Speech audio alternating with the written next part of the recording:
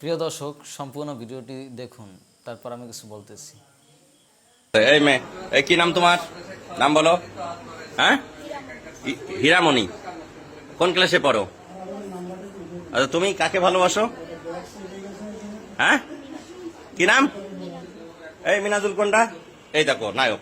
এই টাকা, এদিক টাকা টাকা টাকা। তুই কি করিস? ওয়েল্ডিং এর কাজ করিস। আর তুমি পড়ো কোন ক্লাসে? বেনাপোল মাধ্যমিক বিদ্যালয়ে, তাই না? ক্লাস 6-এ। এই তুমি তুমি হ্যাঁ, এই এই এই মাথা ইয়ে করো। তোমার বয়স এত হয়নি। কি নাম তোমার? তুমি ক্লাস 6-এ পড়ো? 7-এ।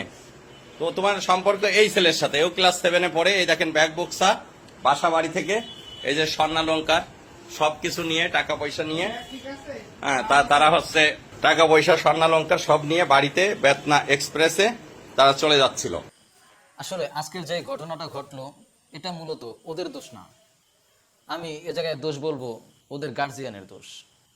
কারণ আজকের সমাজে আমরা দেখতে পাই আমাদের ছেলে মেয়ে মোটামুটি 10-12 বছর হলেই আমরা তাদের হাতে স্মার্টফোন তুলে দিই, এবং তারা তারপরে করে কি, ওগুলায় তারা ফেসবুক চালায় এবং আর কি বিভিন্ন, তারা একজন আরেকজনের সাথে লাইন করে তারপর শেষমেশ দাঁড়ায় হয়তো বাবার টাকা বা মায়ের স্বর্ণ নিয়ে গায়েব, তারা কোথাও না কোথাও চলে যায়।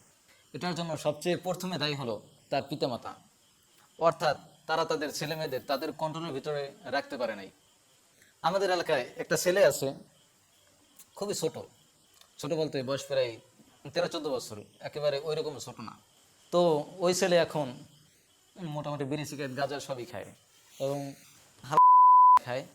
তো মূল সমস্যাটা হলো আর কি, ছোটকাল থেকে ওর বাবা মার কাছে থাকতে পারে নাই, দূরে দূরে থাকছে, যার কারণে নিজের ইচ্ছা মতো চলতে পারছে আর কি, ইচ্ছা স্বাধীন মতো থাকছে। যে এখন আর কি তার ভিতরে ওইসব ভালো জিনিসগুলো তার ভিতরে বইতেছে না, কারণ ওগুলো তার সহ্য হইতেছে না। সে এখন বাইরে থাকা ভালোবাসে, অর্থাৎ একাকী থাকা এবং নিজের মন মতো কাজ করা। তো এটার জন্য সবচেয়ে বেশি দায়ী হলো বাবা মা, অর্থাৎ প্রত্যেকটা বাবা মার কর্তব্য যে তার সন্তানকে সঠিক এলেম শিক্ষা দেওয়া এবং সঠিক পথে চালানো। তো এই বিষয়টা নিয়ে এর থেকে বেশি কিছুর বলার নেই। আপনারা সবাই সচেতন থাকবেন, বিশেষ করে নিজের সন্তানদের প্রতি যথাযথভাবে খেয়াল রাখবেন এবং তাদেরকে যত সম্ভব নিজের আওতার ভিতরে রাখবেন, অর্থাৎ কেউ যেন কি বাপ মার আওতার বাইরে না থাকে, তাহলে দেখবেন যে আপনাদের সন্তানদের সাথেও এমন ঘটতে পারে। তো সবাই সুস্থ থাকবেন, ভালো থাকবেন।